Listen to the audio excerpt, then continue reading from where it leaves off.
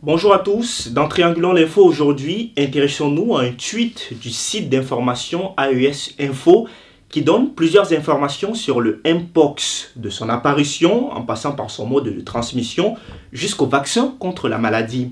Des informations largement relayées sur les réseaux sociaux mais qui ne sont pas toutes exactes et contribuent à la désinformation sur le Mpox. Le site affirme par exemple que le Mpox a été fabriqué dans un laboratoire. Mais est-ce vrai? Écoutons Elisabeth Zézé-Guilavogui, journaliste à Guinée-Tchèque, site spécialisé dans la vérification d'informations basé en Guinée, qui a vérifié cette information. On sait que la maladie existait bien avant, depuis longtemps, et ça est apparu au Congo. On s'est rendu compte que non, il y a eu plutôt une mutation du virus qui existe déjà.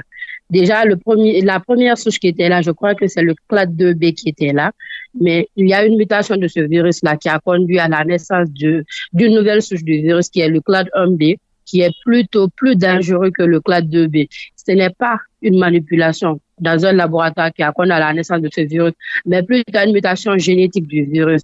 Donc, c'était pas vrai qu'il y avait une manipulation.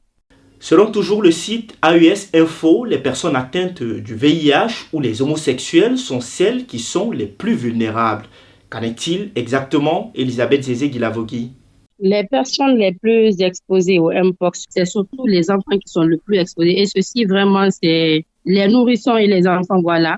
C'est surtout parce que, en fait, souvent, il y a ce problème de déshydratation là, ou encore au fait que leur système immunitaire, n'était pas assez résistant. Il y a la dénutrition aussi qui est là. On sait que nous sommes dans des pays en voie de développement.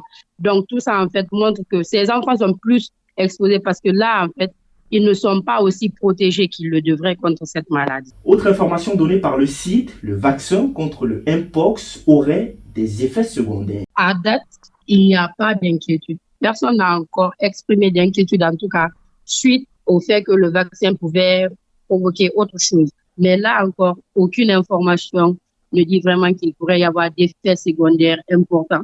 L'inquiétude qui est plutôt là, c'est que par rapport à la disponibilité de doses de vaccin.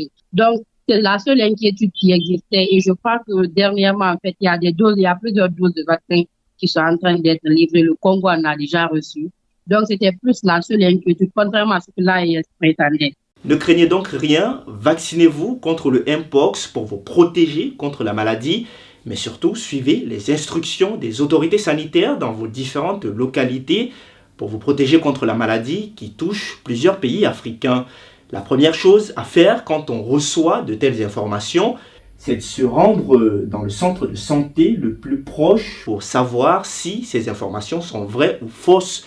Vous pouvez également vous renseigner auprès des spécialistes de la vérification d'informations.